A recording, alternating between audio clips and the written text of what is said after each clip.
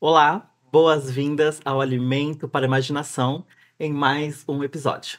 Estamos novamente aqui e hoje eu estou conhecendo uma pessoa companheira de profissão, escritora também, e eu estou muito animada para essa conversa, para desvendar aí um pouco de processos criativos, como ser alguém no LinkedIn relevante, entendeu? Estou aqui com Maria Vitória. Seja muito bem-vinda, muito prazer, Maria. Prazer, Antônia. Obrigada pelo convite. Acho que vai ser um papo muito incrível, que a gente vai trocar muitas experiências, falar muito sobre escrita e realmente trazer novas perspectivas de imaginação para toda a galera. Eu tô animada porque eu já te acompanho no LinkedIn há um tempo e é muito bom ver as pessoas em 3D, né, em carne e osso, depois de tanto tempo na pandemia também, e te conhecer é uma grande oportunidade. E aí eu queria começar para que você se apresentasse, e tem uma frase que você trouxe que eu vi no seu LinkedIn, né, já que você é toda da rede, que você fala assim: para contar uma história é preciso olhar primeiro para nós mesmos e entender a nossa trajetória. Eu achei isso muito assim me tocou lá no fundo. E eu queria que você contasse um pouquinho da sua trajetória e de como você parou na escrita e se identificou enquanto uma pessoa das palavras também, assim como eu. Olha, maravilha. Então, já começando com essa provocação, meu nome é Maria Vitória, né? Eu tenho 32 anos, sou daqui de São Paulo. Sou uma mulher negra, lésbica, que não performa a feminilidade. Sempre gosto de começar essas apresentações realmente falando de raízes e de origem, né? Então, eu começo a escrever muito cedo, né? Começo a escrever com 7 anos de idade, naquelas redações na época da escola. Quando a gente volta das férias, como foi suas férias escolares? Eu começo muito desse lugar, né, de vir de escola, de entender enquanto pessoa, enquanto escritora muito cedo, porque a gente começa muito uma perspectiva, né? E todos os nossos pais, por exemplo, quer que a gente se torne médico, advogado, Engenheiro. engenheiro, qualquer coisa, mas ninguém fala que a gente pode ser escritor ou escritora. Ou se você é bom com as palavras, no máximo um jornalista. Exato. E a gente não consegue enxergar outros horizontes, né? Então eu começo a escrever muito cedo, mas principalmente para olhar para dentro de mim, porque eu sempre fui uma criança muito quieta, muito sozinha. Então eu usava a escrita ali realmente como uma válvula de escape para realmente falar de mim, dos meus pensamentos e como que eu enxergava o mundo. Então quando eu trago essa perspectiva de olhar para dentro de si, eu sempre olhei primeiro para dentro de mim para depois observar o mundo ao meu redor. Então eu vendo uma escrita nesse ponto, sabe? E depois eu fui trabalhando outros processos, me descobrindo enquanto pessoa, enquanto mulher negra, enquanto escritora ao longo da vida. E hoje, por exemplo, eu me afirmo total enquanto escritora. Eu tenho uma empresa de comunicação, né, que é a Estreamente, já vim uniformizada. Linda, inclusive esse logo muito bonito. Obrigada. Que é uma empresa de comunicação que oferece soluções de escrita e conteúdo para marcas e empresas. Então, eu falei, pô, como que eu posso realmente trazer uma coisa que veio de pensamentos, de sentimentos enquanto mulher no mundo, e como que eu posso fazer disso alguma coisa que vai me trazer rentabilidade, mudar a minha vida, mas também impactar a vida de outras pessoas, sabe? Uhum. Então, esse processo de olhar para si e reverberar isso no mundo vem muito de um lugar como esse. E você, como que foi esse processo, assim? Porque conhecer, olhar para sua história, para mim, isso me leva para nossa primeira conversa nesse podcast com a Natália Miller, que eu tinha muita vergonha da minha história, assim, de onde eu vim, eu não tinha esse orgulho, vamos dizer assim. Eu achava que, por eu ter vindo do interior, isso era pouco, ou que o que eu tinha para dizer não era relevante, sabe? E aí eu tive que trabalhar muito, muitas coisas, o coletivo que eu faço parte, a terapia. Tudo foi muito importante pra eu entender que não, eu tenho uma voz, preciso moldá-la, preciso trabalhar, mas eu tenho algo relevante pra dizer. E aí isso foi algo que me permitiu olhar para as minhas raízes e ver beleza naquilo. Ver, tipo, só eu posso trazer o que eu tô trazendo, porque só eu vivi e só eu tenho essa experiência de alguma forma. E isso foi um conforto, assim, pra mim, de eu conseguir entender o valor que eu posso trazer com as minhas palavras, com a minha voz. Você passou por um processo assim também? Como que Nossa, foi? total. Eu sempre achei que eu nunca poderia ser, sei lá, eu não poderia sair de uma caixinha de um estereótipo que socialmente me colocaram, sabe? Como eu fui uma criança muito quieta, muito observadora e não falava muito, então dentro de casa eu tinha tipo, muito esse processo assim, de opressão, de não poder falar o que pensa, se vestir do jeito que quer e ser realmente quem é. Uhum. Então a escrita vem muito de um lugar como esse, mas principalmente quando eu fui me descobrindo e testando formatos e experiências, de olhar para mim, para minha escrita e falar, pô, como que eu posso colocar minha voz no mundo? Porque eu achei que eu não poderia de fato ser nada nem ninguém e tudo que eu escrevia não tinha valor. Porque a maioria das coisas escrevia, eu colocava dentro da gaveta escura, que é o que a maioria das pessoas fazem, deixa lá.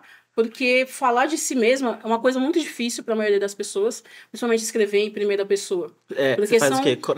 Crônicas? eu comecei muito escrevendo poesias e crônicas, que são duas vertentes literárias que eu mais me identifico. E é muito mais fácil para mim. Eu tenho uma dificuldade imensa, por exemplo, de escrever em terceira pessoa. Inventar mundos, Fazer personagens, um coisas. conto sobre outra coisa. Exato, é muito difícil. Eu Aham. sempre consegui escrever muito melhor a partir de experiências realmente pessoais. Uhum. Então, quando eu trago essa perspectiva de origens, por exemplo, eu gosto sempre de falar que eu fui a primeira mulher da minha família, por exemplo, que não se tornou empregada doméstica ou cozinheira. Uhum. Então, a escrita também me ajudou nesse resgate dessa ancestralidade de pensar, pô, como que eu quebrei também essas relações que vêm se perdurando ao longo da vida e eu consegui ocupar outros espaços diferentes do que todas as mulheres da minha família estavam ocupando, ou empregadas domésticas, ou cozinheiras, e os espaços que eu fui ocupando e só a escrita me possibilitou, a partir do momento que eu parei de ter medo de contar minha própria história. Porque meu nome, por exemplo, Maria Vitória, é muito bonito, Uhum. né? Muito forte. Mas eu nunca, a vida toda, eu fui relutando contra isso, falar, acho que eu não tenho um lugar no mundo e nem é tão bonito assim, Você achava que sabe? não era bom bastante esse nome. Exato. Eu não tinha, por exemplo, toda essa desenvoltura, tudo que eu tenho hoje, é totalmente diferente da Maria de alguns anos atrás. E Mas, a estranhamente tem a ver com isso? Alguma coisa? nossa, total. Porque, por exemplo, desde criança, todo mundo me chamava de estranha. De Ah. estranha, de esquisita, porque me vestia diferente, eu gostava de coisas diferentes. Eu me vestia, gostava muito de rock pesado. Então tava, por exemplo, a sombra, em vez de passar em cima do olho, passava aqui. Bandanas e coisas assim, muito massacreixos, metal mais pesado.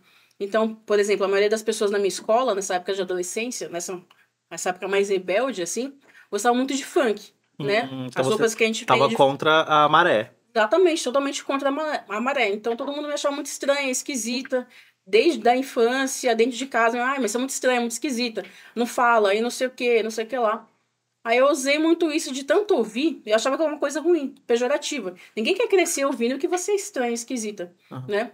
Mas depois, com o tempo, depois de adulta, assim, depois de, né, terapia, outros processos e faculdade, eu fui entendendo que ser estranha, ser diferente não era ruim. Era, de fato, o meu diferencial.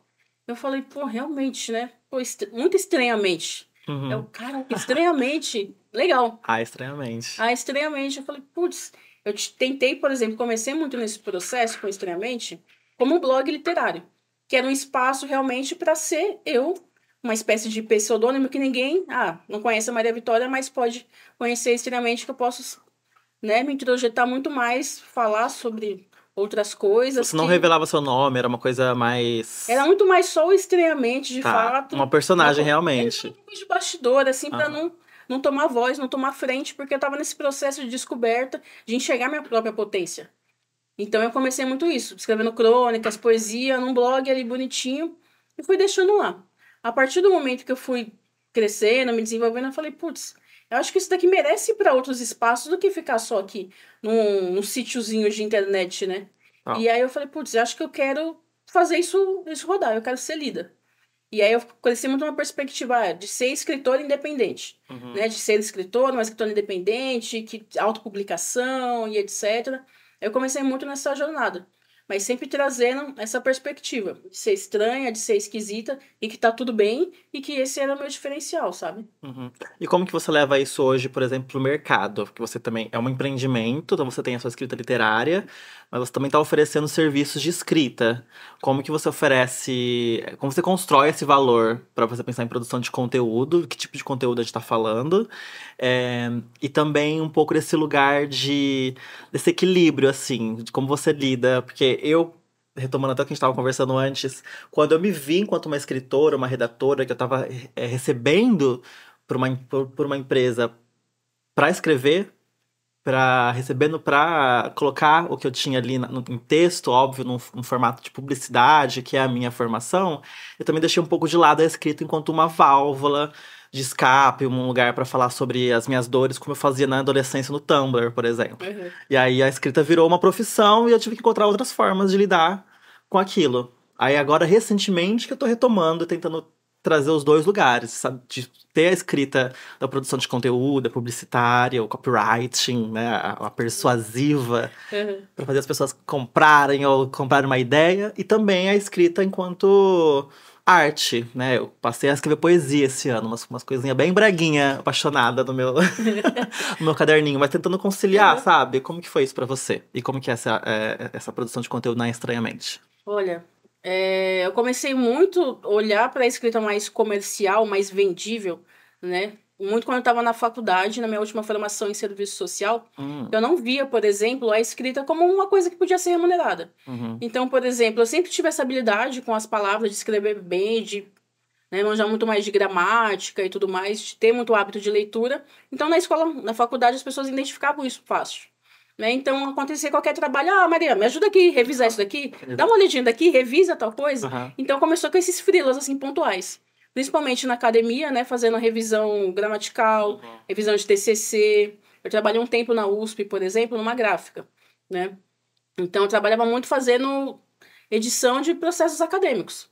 Tese, mestrado, trabalho de doutorado. Nessa gráfica eu fui aprendendo alguns macetes e quando eu realmente entrei na última formação em serviço social que eu fiz, então todo mundo, revisa aqui uma coisinha, coloca nas normas da BNT. Eu fui pegando esses freelas, né, e não via isso realmente como uma forma de rentabilizar o meu trabalho e o meu conhecimento. Acho que para além de transformar a escrita num produto ou num serviço, a gente entender que a gente tem um conhecimento sobre algo que a Uhum, gente pode ser remunerado por isso. uhum. Então, quando eu faço essa linkagem de, pô, beleza, eu quero ser escritora, mas viver de literatura, especificamente no Brasil, eu não vou conseguir, né? Então, como que eu posso achar outros caminhos para fazer isso de fato acontecer? Então, eu começo a estudar um pouquinho do mercado, eu falei, pô, como que eu posso ser uma escritora lida? E aí todo mundo tava no auge, assim, de marketing digital e essas coisas e tal. Eu falei, pô, vou estudar mais um pouquinho, como que eu posso sair do blog e viabilizar isso em outros lugares? Então, tava muito na época ali na crescente do Instagram, quando era só foto, não era Aham. produção de conteúdo como era hoje. Eu comecei a publicar, por exemplo, meus textos na internet quando era de Orkut, MSN, ICQ. Então, eu usava os crepes, né, do Orkut, os depoimentos, para escrever Você mandava uns poesia. textos lá. Já mandar um textão, né? Aquelas letras bem doidas. Exato, exato. E usar esse processo, que nem hoje eu falo, por exemplo. Eu vou me apresentar, eu sou Maria Vitória e tal, escrevo textão no LinkedIn. Mas antes de escrever textão no LinkedIn, já escrevia, tipo, textinho pequenininho no status da MSN, no Orkut, em outras coisas, Facebook. Depois eu fui pro blog, para depois ir pro Instagram e entender. Eu falei, pô, como que eu saio disso daqui, numa escrita literária, coloco ela em outros ambientes e as pessoas começaram a ver, gostar. Eu falei, beleza. E agora como que eu faço? Tô na junção da academia, tô crescendo aqui em outros espaços. Como que eu torno isso algo rentável? Então, acho que a partir do momento que eu identifiquei, pô, as pessoas estão me procurando, elas querem me pagar por isso, como que eu Uhum. posso potencializar isso? Então, por exemplo, eu comecei fazendo muitos trabalhos de copydesk também para outros escritores. Copydesk? O que é isso? Esse eu Copydesk não. é como a pessoa te entrega um texto pronto e você vai fazer algumas formatações específicas. Você pode mudar palavras, frases, ou Um até tipo de reescrever. edição. Exato.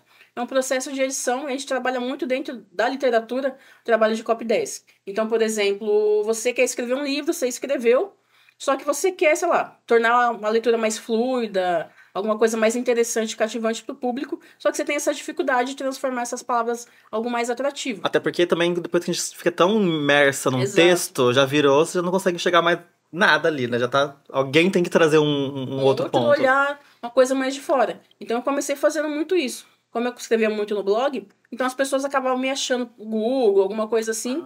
Eu lembro principalmente da primeira vez que surgiu um trabalho de copydesk que eu vi a escrita como algo realmente que podia transformar no empreendimento. Foi um escritor chamado Luiz Antônio Arruda. Ele tinha, acho que são 60 anos. Era o primeiro livro que ele ia publicar. Ele me encontrou na internet. Eu queria que você olhasse, revisasse meu livro, melhorasse ele e tudo mais.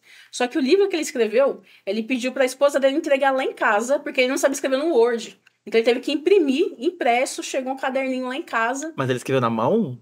Ele escreveu, acho que no PowerPoint, alguma outra Tá. coisa, ferramenta assim, para alguém, sei lá, um primo mais jovem, imprimir, e a mulher dele entregou Uau. no apartamento lá em casa. E eu lembro que eu peguei aquilo e falei, era tipo como se fosse o original dele. Aham, manuscrito, O né? Que era pra falar. manuscrito, eu falei, meu Deus, como isso é possível? Ele nunca ouviu falar de mim, eu menos dele. Foi tipo Google SEO, assim? Exato. Ele me achou com as palavras-chave escrita criativa, produção de Aham. Mas eu conteúdo, já achei o seu blog também. Isso é muito bom no SEO. entendeu? Hoje, por exemplo, eu tenho mais de 100 mil visitas mensais só no meu site. SEO. E aí eu falei, putz, peguei aquele manuscrito, levei pra faculdade, revisando ali palavras e tal. Eu falei, putz, depois pra passar tudo isso daqui a limpo, meu Deus, foi um puta trabalho, mas eu comecei nesse processo. Depois alguém pediu outro trabalho de revisão, depois outro copydesk, depois veio o literatura crítica, a pessoa já tá com o livro pronto para dar alguns apontamentos de melhoria. E foi nesses Um trabalhos universo de pontuais. serviços, de produtos. Diversos. Tudo com relação à escrita hoje, por exemplo, tanto acadêmica, tanto literária, quanto produção de conteúdo, eu já fiz um pouquinho de cada. Então eu fui entendendo, eu falei, pô, acho que aqui tem negócio, Uhum. né? O que eu posso fazer para além disso? Então, quando eu comecei a publicar muito no Instagram, outros escritores começaram, né, a colar junto e falaram, Maria, você manja muito, por exemplo, de Instagram, de redes sociais, de produção de conteúdo, me ajuda? Aí quando eu comecei a dar, tipo, consultoria, mentoria, eu achava que eu nunca poderia fazer isso. Quem sou eu na fila do pão para cobrar por alguma coisa, né? Uhum. Então eu comecei a entender isso. Falei, pô, se tem pessoas interessadas no meu conhecimento com relação à escrita, no meu posicionamento enquanto escritora, isso aqui dá fit. Então eu falei, vou deixar de ter de fato um blog literário extremamente como só um blogzinho literário e transformar isso numa cadência muito maior. Então eu fui lá, formalizei, virei CEO de MEI, por exemplo, né? Que a gente começa sempre nesse processo. Aham. Transformei em MEI. Falei, E se enxergar enquanto escritora também, né? E ver esse sim, lugar, porque eu. é, Foi esse ano que eu bati no peito e falei, não, escritora. Porque até então eu achava que para ser escritora eu precisava ter um livro publicado. Mas aí eu fui pra fora, me deparei assim, nossa, eu já publiquei em revistas. Não tem nem tradução pra redatora. Eu falava que era redatora, como se redatora é, fosse um nível a menos. Mas não tem nem tradução pra redatora. É writer no inglês. uhum. E aí, traduzindo pro português, eu falei, nossa, mas por que eu não posso bater no peito e falar que eu sou escritora? Tem uma etapa, o livro é só mais uma etapa, mas tem tanta coisa que eu já fiz, edição, memória, crônica. Exato, eu venho muito dessa premissa. Se você escreve, você é escritora, você é escritor. As pessoas às vezes passam a vida toda, né, fugindo de quem eles são, de quem eles nasceram para ser, por causa de nomenclaturas. Então, quando Uhum, eu vou, tipo, mandar uma biografia, qualquer coisa. Beleza, Maria Vitória, escritora e depois empresária. Porque uhum. a escritora veio muito antes, de fato, ter um negócio com Extremamente. Extremamente surgiu a partir do momento, falou, beleza, eu sou escritora sim e vou viver da minha escrita. Porque quando a gente vira essa chavinha e fala, pô, eu vou viver da minha escrita porque é possível, se outras pessoas conseguem, eu também posso ser. Então, a partir do momento que eu fiz essa virada de chave, ficou muito mais fácil falar, beleza, agora eu vou ocupar outros espaços e principalmente fazer outras pessoas também ocuparem esses espaços. Porque quando a gente começa a escrever e se entende quanto escritora, muitas pessoas se inspiram na gente, né? Uhum. Ai, Maria, pô, como que você fez? Como você chegou em tal lugar que nem? Por exemplo, a gente tá aqui conversando agora porque meus textos reverberaram de alguma forma, Sim, né? Você também escreve, então como que a gente faz esse processo também de levar não só nossa trajetória, mas também outras pessoas que querem chegar onde a gente tá, sabe? total. Isso me lembra muito pensar em Conceição Evaristo, que fala sobre escrevivências, né? Uhum. Tipo, aquilo que a gente é, da onde a gente veio, aquilo que a gente acredita, tá na nossa escrita de alguma forma, né? Isso impacta e é o valor que a gente leva também, né? A forma como a gente somos únicas de algum jeito, né? Isso eu acho muito foda. E aí você fala também, tem não sei se é o slogan, construindo um legado através das palavras, né? Isso é muito bonito, pensar em legado, né? Pensar em como as palavras também podem ser um mecanismo de transformação, né? De si e também para si para com o outro, né? Total, eu gosto muito, eu uso muito essa frase da construção de legado, por quê? Porque a gente tá acostumado na nossa cultura a realmente dar valor às pessoas depois que elas morrem. Você pode reparar, principalmente na escrita. A Tipo, arte em geral, a né? arte em geral, né? Morreu alguém, aí depois, putz, ele era muito bom, Uau! nossa, que Que incrível e tal. pena! Ai, Exato. perdemos um grande. Né? Uma grande perca para a sociedade, mas por que essas pessoas não foram de fato ovacionadas em vida? Sabe? Então eu decidi pra mim, falei, eu vou ser lida, mas em vida ainda. Eu Uhum. não me permito ser de fato lembrada depois só que eu morrer, né? Então Isso é eu muito falei, foda. Falei uma palavra. Isso é muito forte, isso é muito foda. Eu misturei as duas palavras. exato, eu falei, pô, as pessoas ficam, né, tipo, se limitando o tempo todo. Eu falei, não, a partir do momento que eu quero realmente contar a minha história, coloquei isso pro mundo, me aceitei enquanto escritora, eu tô construindo meu legado através das palavras, sabe? Uhum. Então eu falei, não me permito ser lida, ser reconhecida, ser valorizada, principalmente depois que eu morrer. Porque depois que eu morrer, eu não posso, né, colher os frutos disso. Então eu Total. quero causar esse impacto aqui e agora. Então quando eu trago, construindo um legado através das palavras, e a mesma forma, quando eu vou pegar um projeto específico, fechar um contrato com outras marcas e empresas, é muito legal pensar também no processo de seleção, porque como uma coisa muito mais artesanal, não é muito só pelo dinheiro. A escrita não é só pelo dinheiro, o Não é um conteúdo não é blog só pelo post dinheiro. qualquer. Exato. Entende? Por isso que eu falo, se você quer comunicar e converter com propósito, causando de fato um impacto positivo no mundo, na sociedade de alguma forma, aí você vem fechar projeto com a gente. Se você quiser só vender por vender e ganhar dinheiro ou fazer qualquer outra coisa, não é com esse que você tem que fechar projeto. Entende? Porque eu quero realmente, se eu estou construindo meu legado, eu quero que outras pessoas que vão fazer projetos com a gente queiram também construir o seu legado com ações de impacto positivo. E querem causar de fato transformação. E assim como a escrita mudou minha vida e mudou processos e tudo mais, eu acredito que outras marcas e empresas também podem construir isso. A gente pode ser um parceiro, um alicerce para que isso aconteça. Entende? Deu um boom na minha cabeça agora, pensar na escrita nesse lugar, assim. É muito incrível o seu discurso que você traz. É muito único e criativo também.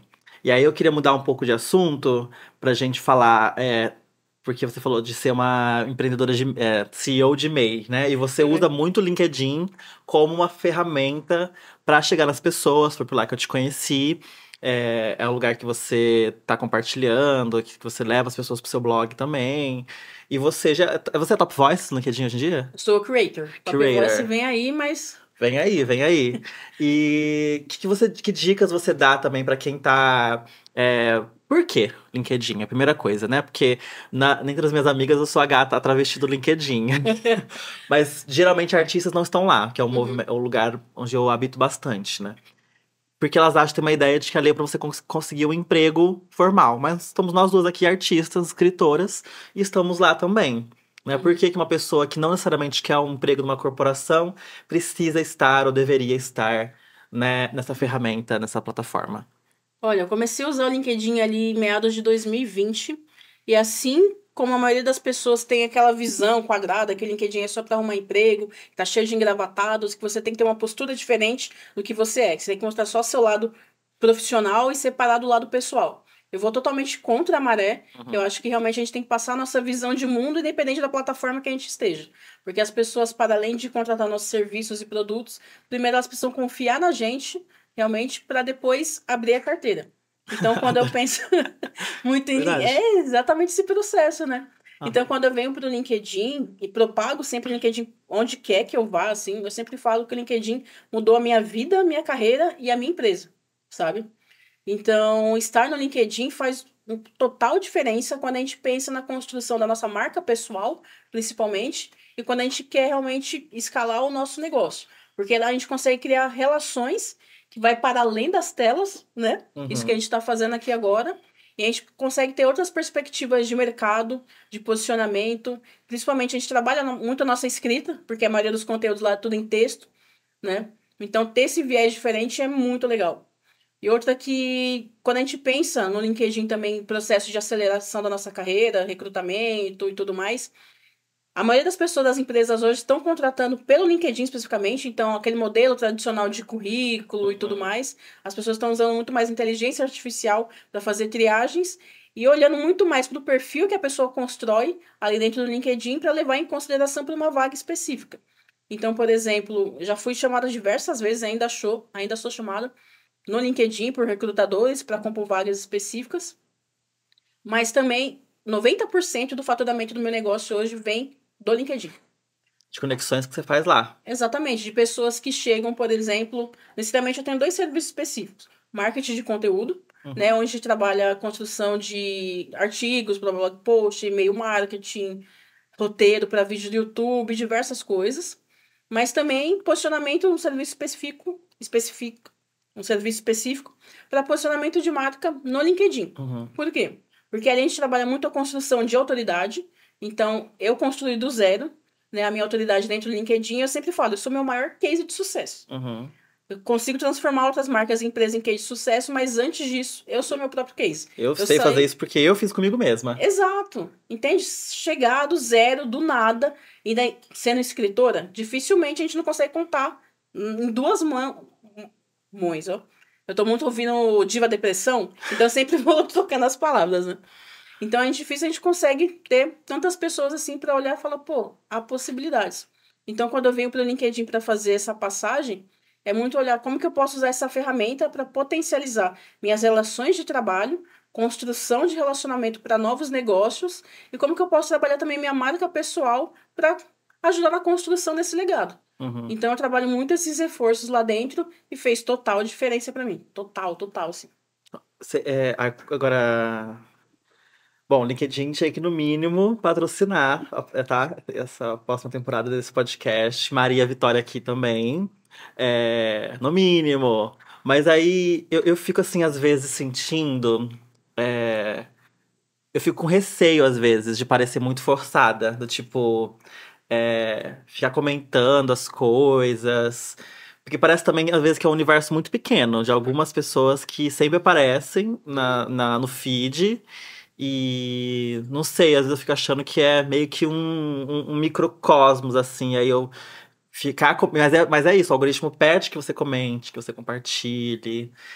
Queria que você falasse sobre isso. E também, se você já passou por essa situação, por exemplo, nós nos conhecemos. Uhum. Já nos vimos no LinkedIn. Aí a gente se vê na vida real. Sempre fica uma coisa meio estranha do tipo, já te conheço, mas aí finge que não conhece. Não, total. Eu gosto muito de usar ali no LinkedIn, por exemplo, que é o social selling, que é essa construção de vendas sociais. Uhum. Então, por exemplo, tem toda uma cadência que a gente trabalha ali, no LinkedIn especificamente. Por exemplo, eu quero encontrar meu ICP ideal. ICP que a gente usa, né, que é o... Ideal Customer Profile. Exato. Seu O perfil de cliente ideal. ideal. Né? Então, por exemplo, faz todo um processo de mapeamento de quem são essas pessoas, em que área que elas estão, que setores, que empresas, para chegar de fato nelas. Então, usando os filtros ali, a gente consegue, são processos comerciais que eu utilizo. Maravilha. Ó, dica, já aprendi aqui. Então, quando a gente encontra essas pessoas, o que eu faço? Como que eu começo a chamar a atenção dessa galera, né, para começar a ser vista e fazer o trabalho ao contrário. A partir do momento que eu começo a comentar, engajar, eu começo a ser vista, tanto para aquela pessoa que eu quero chamar a atenção, quanto para a audiência dela. Uhum. Então, quando eu vou fazer um processo de crescimento da minha rede, tanto de seguidores de conexões, então vai que, por exemplo, a Antônia é meu cliente ideal. Beleza, minha cliente ideal. Eu começo a engajar com ela nos conteúdos dela, bonitinho. Eu fico uma semana sondando, engajando. Então, eu vou despertando a sua atenção no mesmo momento que eu estou despertando a atenção da sua audiência. Uhum. Que a sua audiência pode curtir meu comentário, começar a me seguir ou enviar pedido de conexão. Então, isso eu vou inflando a minha base. Beleza. E quando ela chega no meu perfil, tá tudo montado, esquematizado, bonitinho. Porque meu perfil é uma grande vitrine. Do começo, desde a capa até nas causas que eu apoio, tudo tá segmentado pelo mesmo parâmetro. Atualizado, bem alinhado. Exato. Destaques específicos, links específicos, sempre colocando o quê? Meu reforço de autoridade com relação à escrita e conteúdo. Que foi a marca que eu propaguei ali, que eu quero que as pessoas, né, entendam que eu sou especialista nessa área, escrita e conteúdo. Maravilha. Então, quando eu vou fazendo todo esse processo, nesse engajamento, fiquei uma semana engajando ali com a pessoa, depois eu vou enviar um pedido de conexão com nota personalizada. Entende? Pra quebrar aquele gelo. Porque a partir do momento que você me aceita, é muito mais fácil de eu construir um relacionamento com você. Então, depois dali eu consigo construir... Você não manda aquele convite frio. Não. Tudo padronizado, bonitinho. Tem toda uma estratégia, né? Uhum. Então, um convite de conexão com nota personalizada. Depois que você me aceita, 48 horas depois, eu volto ali, agradeço por ter me aceitado e começo a criar um relacionamento. Depois, numa terceira mensagem, mando algum artigo que eu escrevi, ou tanto no meu blog, ou dentro do LinkedIn, algum material rico que tenha relação com a área que você tem. Então, por exemplo, somos da área de marketing, né? E vi que você, por exemplo, é redatora também, e de repente falou, quero fazer algum feature legal com ela. O que eu posso compartilhar para quebrar esse gelo, a gente construir esse relacionamento para chegar um momento... Antônia, vamos marcar um cafezinho virtual aqui? A gente, né, já tá se relacionando, trocando uma ideia, vamos marcar um cafezinho virtual online aqui rapidinho, só pra gente se conhecer, falar um pouco mais do meu trabalho, conhecer o seu, e assim a gente vai. Então, quando eu faço essa cadência toda esquematizada, às vezes em 7 dias eu consigo fazer diversas reuniões. Né? Hoje em dia, por exemplo, eu faço 2, 3 reuniões por dia. É coisa pra caramba. Então, a minha margem ali de conversão das pessoas que eu vou me relacionando tá entre 70%, né? De toda essa cadência. Então, é uma boa margem de CTR. Não, isso é outra coisa. É tantas siglas. É uma margem muito boa de conversão. Então, sempre nessa relação. Por exemplo, convite para podcast, para estar palestrando em algum evento, ou dando mentoria, por exemplo, para as pessoas que querem aprender a se posicionar no LinkedIn, ou fechando um contrato com pessoas que querem contratar o meu serviço de produção de conteúdo, nas redes, ou marketing de conteúdo de modo geral para abarcar outras plataformas. Então, todo esse processo de social selling vai crescendo tanto a minha marca pessoal, quanto também o meu negócio. Vocês anotaram, gente? Social selling. Vamos anotar isso. Não conhecia esse termo? conceito, porque é uma intencionalidade muito grande, né? Você tá, tipo assim, marcando aquela pessoa, aquele grupo de pessoas que você quer se relacionar. Porque aí é isso, não é o forçado, né? Porque você tá gerando É relacionamento. um ponto de contato, fazendo um comentário interessante, ou aí depois no chat manda alguma coisa legal. Exato, é muito olhar para isso. Não olhar, não chegar, por exemplo, a maioria dos processos de venda que acontece hoje, principalmente no LinkedIn, as pessoas já vêm com uma proposta gigantesca, já vem vendendo algum produto ou mandando um puta textão. Isso já está extremamente defasado. Se a gente começa a praticar realmente construção de relacionamento para depois, a médio e longo prazo, gerar uma possibilidade de negócio, você muda totalmente o jogo. Então, quando as pessoas falam, por que que às vezes escrita dá tão certo e outras áreas não dá? Porque a gente tem essa escrita criativa, esse olhar mais humano de realmente, como que eu vou chegar numa pessoa, fazer com que ela confie em mim através do que eu estou escrevendo ali para ela. Então, áreas comerciais, de marketing ou diversas outras áreas têm essa dificuldade de usar realmente suas habilidades com a escrita para ter esse processo de convencimento. E para a gente aqui isso é muito fácil. Então, por exemplo, eu produzo também muito conteúdo na rede. Eu publico de segunda a sexta. Então, eu tenho uma metodologia que eu desenvolvi para esses conteúdos que é baseada em 4 pilares: autoridade, desejo, curiosidade e conexão. Então, desses 5 conteúdos que eu publico na semana, eu trabalho esses 4 pilares.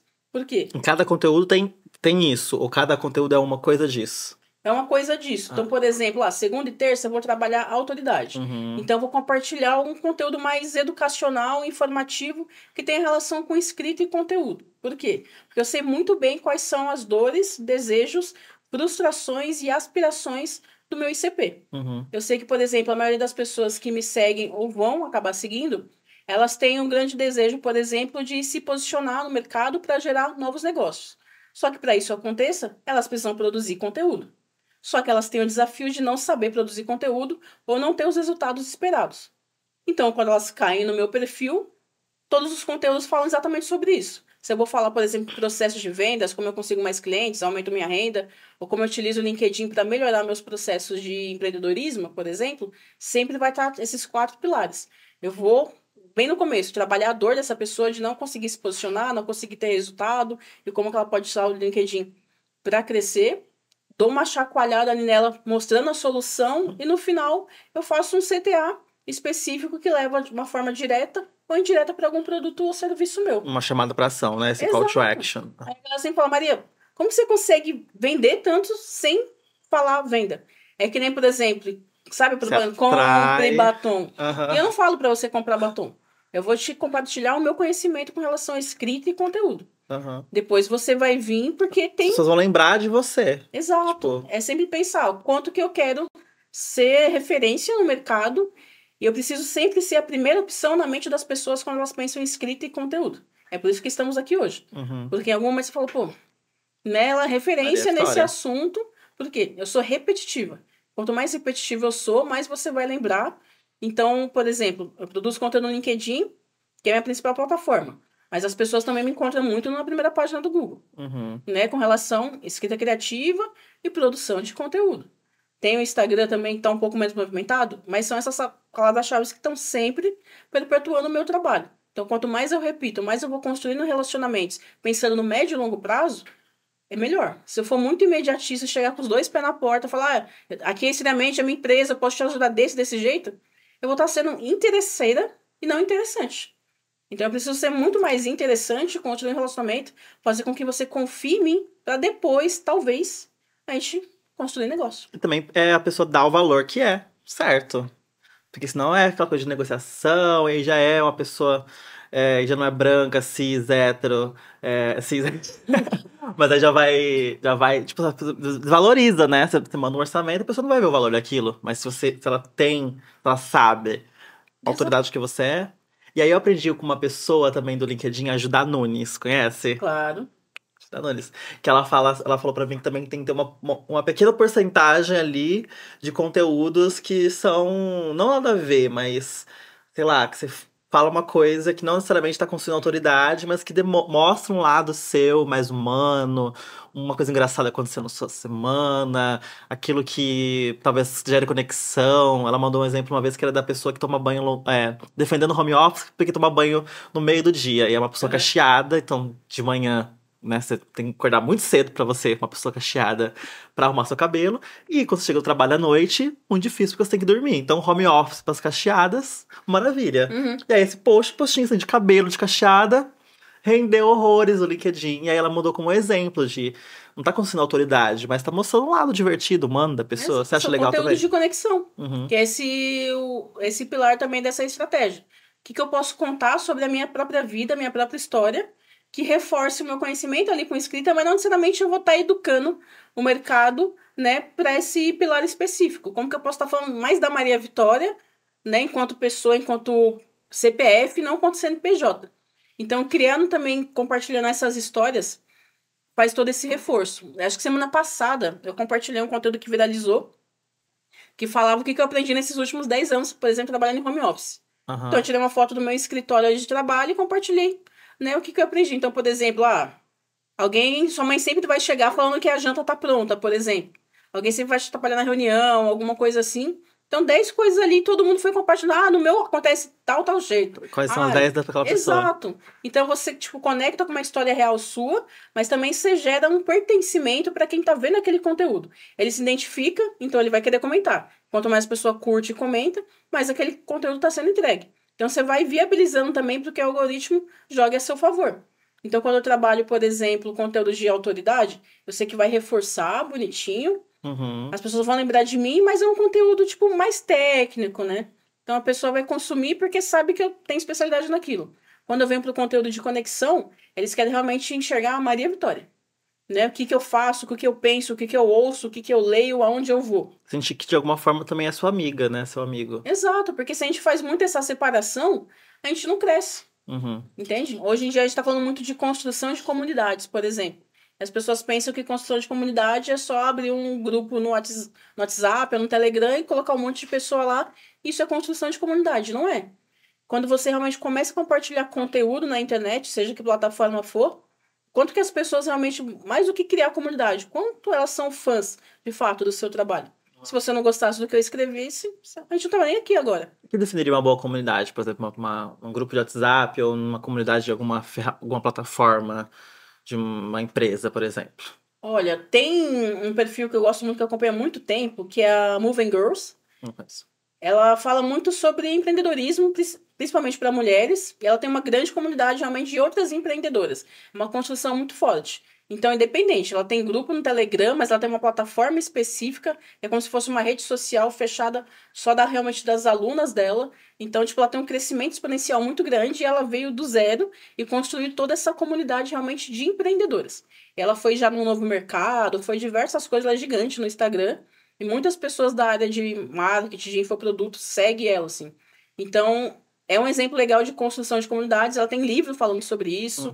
Ela é percussora também nesse processo. Moving Girls, da Camila Vidal. Ela é muito boa nesse processo. Só que, por exemplo, saindo dessa área, tem uma outra comunidade que eu tô também. É um grupo de WhatsApp do B2 Insiders, por exemplo. Que é um pessoal da área de marketing B2B, especificamente. Então, são pessoas majoritariamente que utilizam o LinkedIn, mas que são da área de marketing, que tá lá dentro para construir relacionamento, trocar insights sobre ferramentas, tendências de mercado, mas tudo focado especificamente em marketing e vendas. E as pessoas engajam realmente. Pô, super. Aquele grupo tá movimentado o tempo todo. Tem outro grupo que eu tô também, que é da agência Coco, que é uma agência de social medias. Pô, eles são muito massa, então tem coisa de mais de 2.000 mensagens por dia, de tanto de engajamento que tem só de social media, pessoas de comunicação ali dentro. Tem uma outra comunidade que eu sigo também, só que é no Facebook, por exemplo, que é Mulheres Empreendedoras também. Tá o tempo todo muito conteúdo, muita troca, mas para além de coisas técnicas de trabalho, tem acolhimento entre os seus. Então, quando a gente pensa também em construção de comunidade, como que a gente, enquanto líderes, não vai se colocar num papel de chefe ou dono daquela comunidade. Só enviar coisa. Exato. Como que eu gero valor e faço que as pessoas, né, interajam entre si sem eu precisar estar ali, por exemplo. Entende? Não ter uma pessoa o tempo todo ali gerenciando. Ser uma coisa, de alguma forma, também orgânica, Tem né? que ser exatamente orgânico. Comunidade é isso. Tem que, quanto mais orgânico ela for, melhor. Porque senão vai ficar só um processo. Aí eu falo, compartilho, aí vocês interagem, não. Uhum. Quanto cada um se identifica, consegue se ajudar mutuamente para ir crescendo aquela comunidade. É que nem construção de cidades. Desde que mundo é mundo, né? Pequenos vilarejos, povoados, e foi crescendo até ter São Paulo, por exemplo, que a gente conhece hoje. Uhum. E aí, eu vou puxar um gancho agora com o que você falou sobre o acolhimento, porque enquanto uma pessoa empreendedora, eu acho que isso é muito importante, a gente falar um pouco sobre isso, até para que se alguém estiver assistindo ou ouvindo a gente agora, que talvez esteja, né, nesse desafio de se encontrar enquanto uma pessoa escritora, ou uma pessoa empreendedora em qualquer outra área, a gente encontra muitos desafios, principalmente sendo uma pessoa racializada, né, uma pessoa LGBT. E aí, como que você cuida, assim, da sua saúde? Você já enfrentou desafios, de saúde, né, de psicológica, afetiva, nessa jornada de empreendimento, assim, putz, deu de cara com o muro. E agora, né? Como conseguir afastar e ver as coisas em perspectiva para não desistir também? Putz, essa pergunta é ótima. Aí quero mandar um beijo para minha terapeuta, Terapeutas do Brasil. Tudeia. É daquela Gratidão. terapeuta que não encontra. Natália Miller falou no primeiro episódio que é importante terapeutas que não encontram um problema na gente, mas que é sobre autoconhecimento. Não tem Exato. nada de errado com a Ela gente. falou, ela sempre fala, gata, o processo de terapia é da sala pra lá. É no dia a dia, não é nesse processo, nessa uma hora que a gente tá conversando. É Aham. o que você faz depois da terapia. Boa. Eu falei, putz, real. E toda quarta-feira, por exemplo, 10h30, eu encontro com a Tudeia, né? E quando eu fui fazer, eu já fiz terapia durante 3 anos, né, com uma psicóloga. E eu vim num processo de saúde mental que eu já tentei contra a minha própria vida durante 3 vezes. Né? Então, eu já vim de processo de suicídio ao longo da minha vida. A primeira vez foi com 15 e as duas últimas foi com 26. Eu tenho 32, não faz tanto tempo assim, né? Nesse entendimento de, principalmente depois de ter me enxergado enquanto mulher negra, e o quanto que isso pesa, Uhum. né? Socialmente, quanto isso ia mudar totalmente também a minha história, assim. Então, depois da terceira tentativa, eu comecei a fazer terapia com a psicóloga e fiquei 3 anos. Só que eu tava em outro momento, outro processo, aí chegou uma metade que eu tô bem, tô legal, né? Por aqui, Posso, vou parar por aqui. vou me dar alta. E depois, acho que não faz nem 6 meses que eu comecei a fazer terapia, mas agora com uma. Não é psicóloga, é Nota psicanalista. psicanalista. Tá? É uma outra vertente, é uma outra coisa. Quando eu fazia terapia com a psicóloga, era uma mulher branca. Hum. E aí, dessa vez eu falei, eu quero uma mulher negra, né? Sempre fiz com mulheres negras. E eu falei, nossa, porque são outras coisas, outros viéses que a gente trabalha, que uma pessoa branca às vezes não vai saber lidar com aquilo, ou não vai entender, né, certas coisas que a gente traz. Uhum. Então mudou totalmente minha perspectiva. Então quando eu sento, eu já, putz, você trabalha, essa semana foi, daí, muita coisa de trabalho, não sei o que lá. E eu acho que, sei lá, dos espaços que eu tô indo, que eu tô construindo. Ela falou, pô, você tá fazendo uma coisa que dificilmente as pessoas, né, conseguem fazer, mas você tá faltando muito pra você, pra desestressar um pouco de tanto trabalho, é ter repertório. O que vai te ajudar a continuar sendo uma escritora, né? Que vive de escrita, que trabalha com isso. Mas também fazer esse resgate desse seu lado de escrita não relacionada ao trabalho. Uhum. Isso Eu, faz parte do seu processo criativo. exato, eu falei, putz, total. Eu participava muito antes, por exemplo, do Clube de Escrita para Mulheres, que foi fundado pela Jaridia Arraes, por exemplo. Né? A Jaridia Arraes, hoje em dia tá com a Ana Clara De Vito e várias escritoras que eu conheci ali naquele processo. Eu falei, putz, real, tá faltando esse repertório, que eu gostava muito de uma escrita mais literária, de não pensar em trabalho. Eu vim num processo de construção muito de zines, por exemplo, né? Que as zines são autopublicações independentes e Sim. tal. Eu fazia muito isso. Fotografia, por exemplo. Eu sou casada com uma fotógrafa e eu gosto muito de fotografar e fazer vídeos e outras coisas. Mas eu falei, por que eu não tô fazendo esses resgates? Por que a gente tá sempre, né, correndo como se fosse uma grande roda de hamster? Que a gente tá correndo, e se a gente parar de correr, parece que a gente vai morrer. Vai perder tudo que a gente Correndo tem. por um horizonte que a gente nem sabe qual que Nem é. sabe, tá numa ansiedade, tá nesse slow todo. Eu falei, putz, eu tenho muitas essas nuances assim. Acho que me ajuda a me manter estável, fazer muita terapia e olhar realmente por esse processo de aprendizado. Porque a gente tá muito na loucura e não Uhum. consegue identificar, puta, o que eu já construí, o que eu tenho, onde eu cheguei, da onde eu tava, para entender nesses espaços. Então, por exemplo, ter passado por esse processo de suicídio, estar aqui agora e falando sobre isso e continuar construindo esse legado através das palavras, só reafirma, por exemplo, que eu já estava predestinada a fazer isso. Eu trabalhei anos com telemarketing, com vendas, trabalhei na Marisa, na Hering, várias lojas de shopping, várias outras coisas. Eu nunca fiquei mais de um ano, por exemplo, em uma empresa. O único que eu consegui dar continuidade foi com a minha própria empresa, do meu próprio jeito. Então, ali eu consigo ter processos que eu não conseguiria trabalhar em outros ambientes. Eu consigo ser eu, de fato, né? Fazer as coisas do meu jeito, no meu próprio tempo, e consigo também impor limites e ser muito mais vista e mais valorizada fazendo o que eu faço hoje quando eu estava no mercado de trabalho convencional, sabe? Então, o processo de criativo é muito disso também, de enxergar outros repertórios e outras habilidades e observar principalmente o mundo ao redor, sabe? Porque a minha escrita principalmente surge muito disso.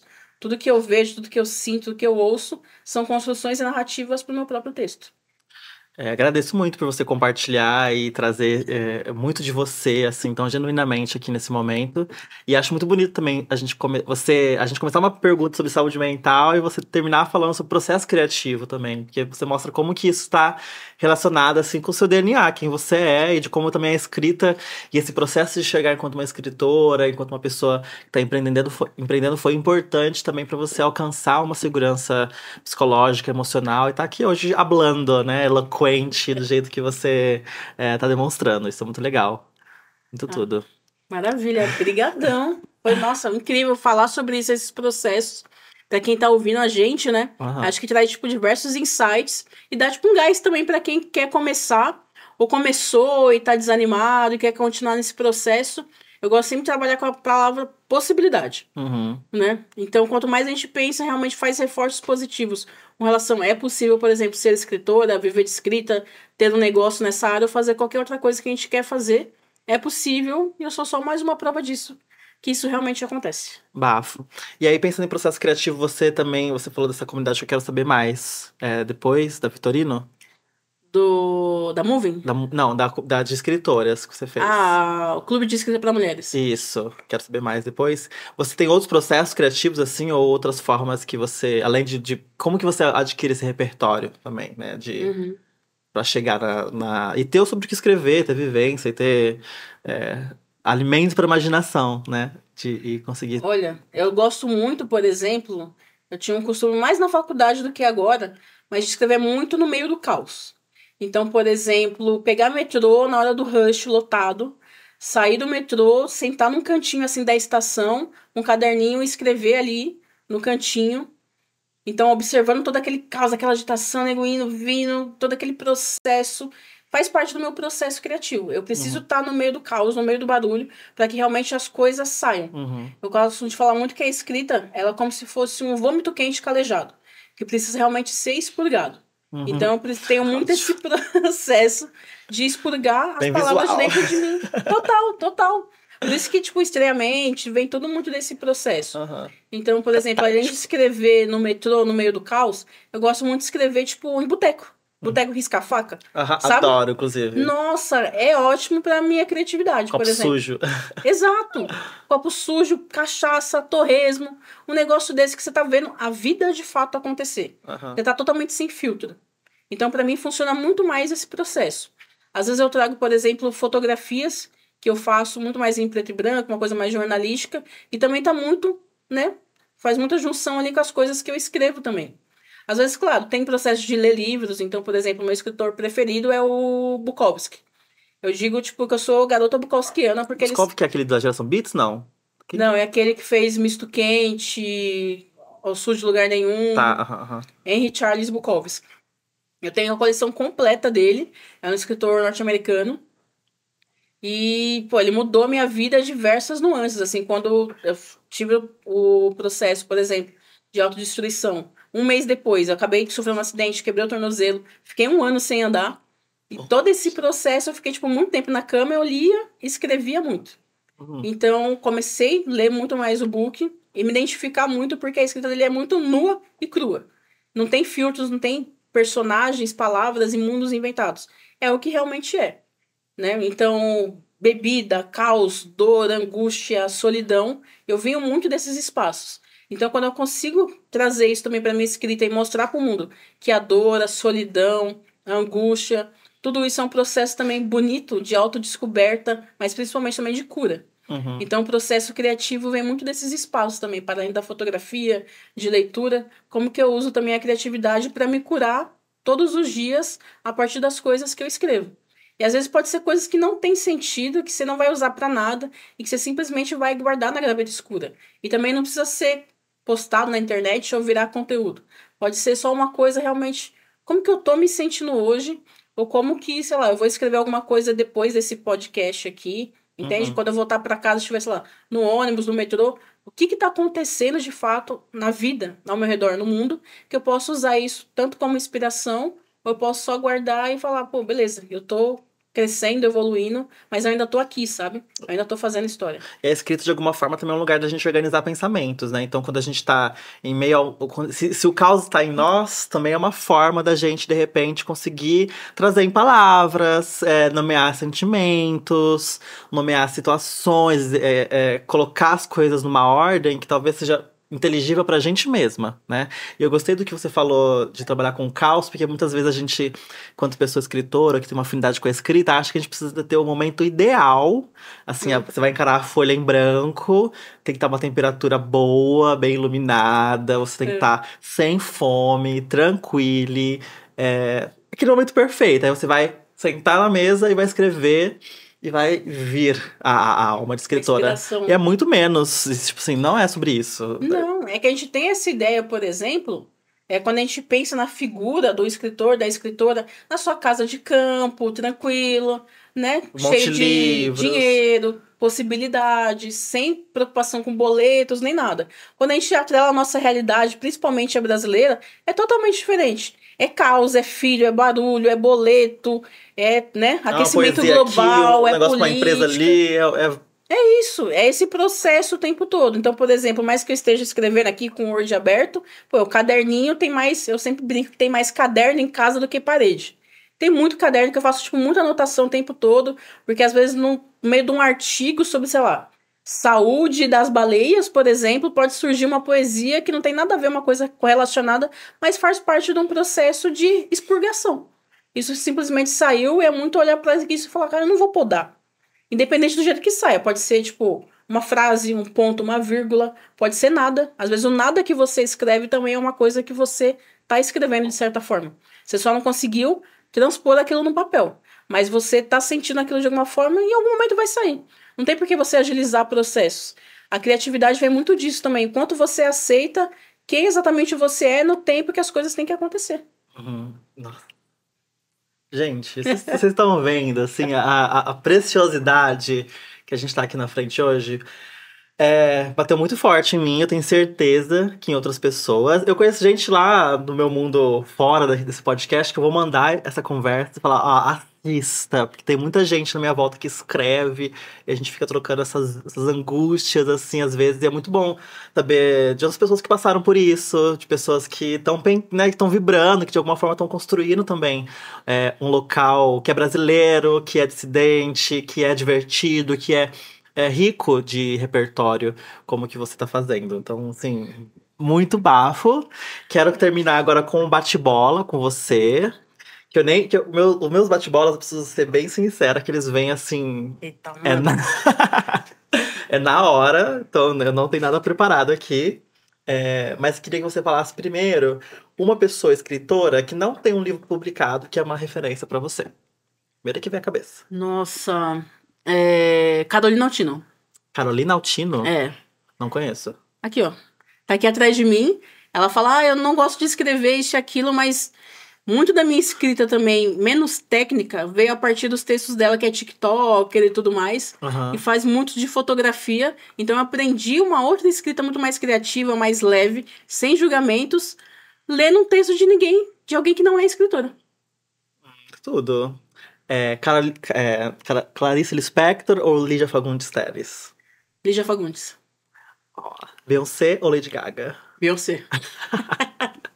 Com certeza. Ótimo. Um lugar pra você passar o final do ano novo.